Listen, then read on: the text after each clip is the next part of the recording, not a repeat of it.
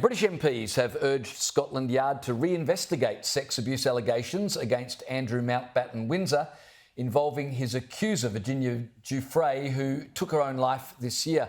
Joining us is Royal Editor at the Daily Mirror, Russell Myers. Russell, thanks for joining us. Are Scotland Yard likely to oblige and reopen the investigation?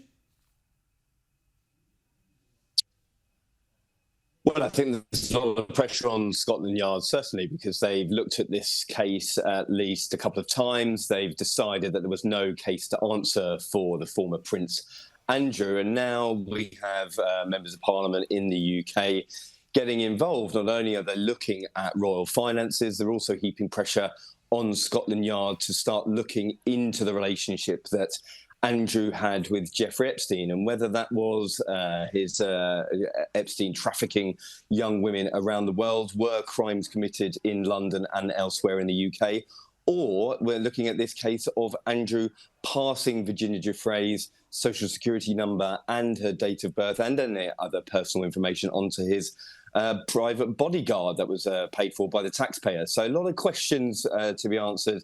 And I think that Scotland Yard will be looking at this very, very closely over the next few weeks. Well, yeah, a lot of questions to be answered. And now we find out that newly released emails reveal that Andrew told Jeffrey Epstein, quote, it would be good to catch up in person after the convicted sex offender was released from prison.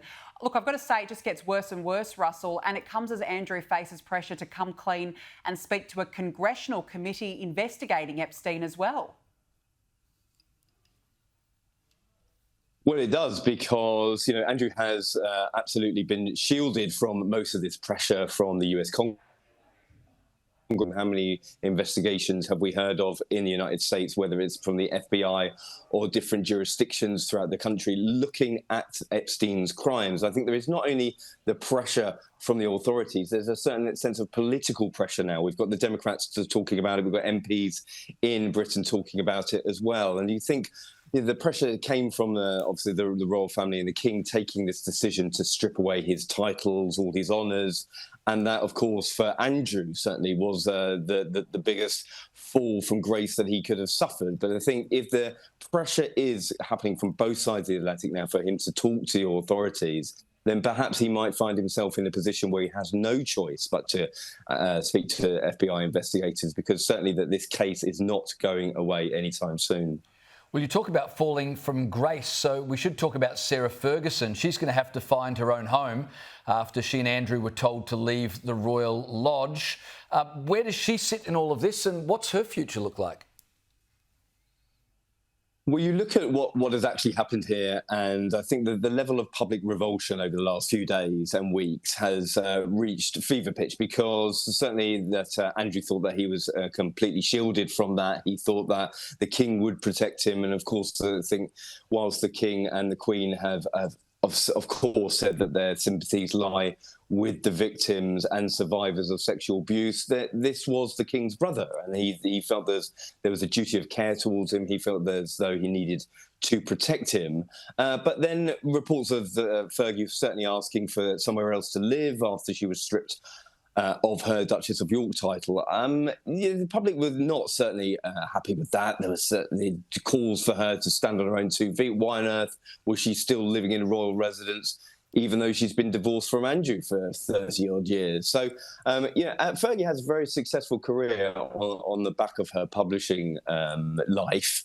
And she will have to stand on her own 2 feet now. There is absolutely no reason why she should be afforded anything for the royal family. And I think that you look at her career and it's certainly be in tatters now because of her own relationship with Jeffrey Epstein. Yeah, look, it just stretches far and wide. It's an absolute mess, Russell. And look, I still quite can't believe this, but Andrew is still in line for succession. I mean, surely that has to be looked at now.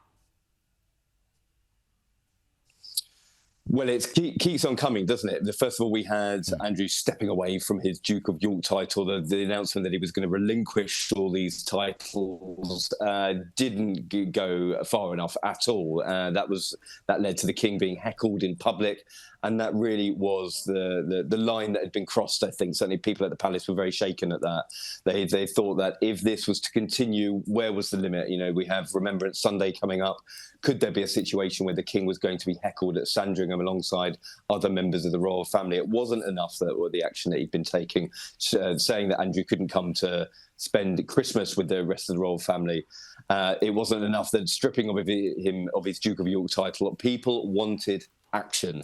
And I think that when you look at where Andrew sits in the line of succession, of course, yes, it's very, very unlikely that he would ever be in a position to take the throne. But I don't think people have had enough say in this, and the king had certainly listened to them when he was being heckled in public. So perhaps this is the next step that the king will have to look at. He's certainly taken steps when the public have called for it, and perhaps this will be another one. Yeah, it's going to be fascinating to watch as things unfold over the coming weeks and months. Russell Myers, really appreciate you joining us. Thanks so much.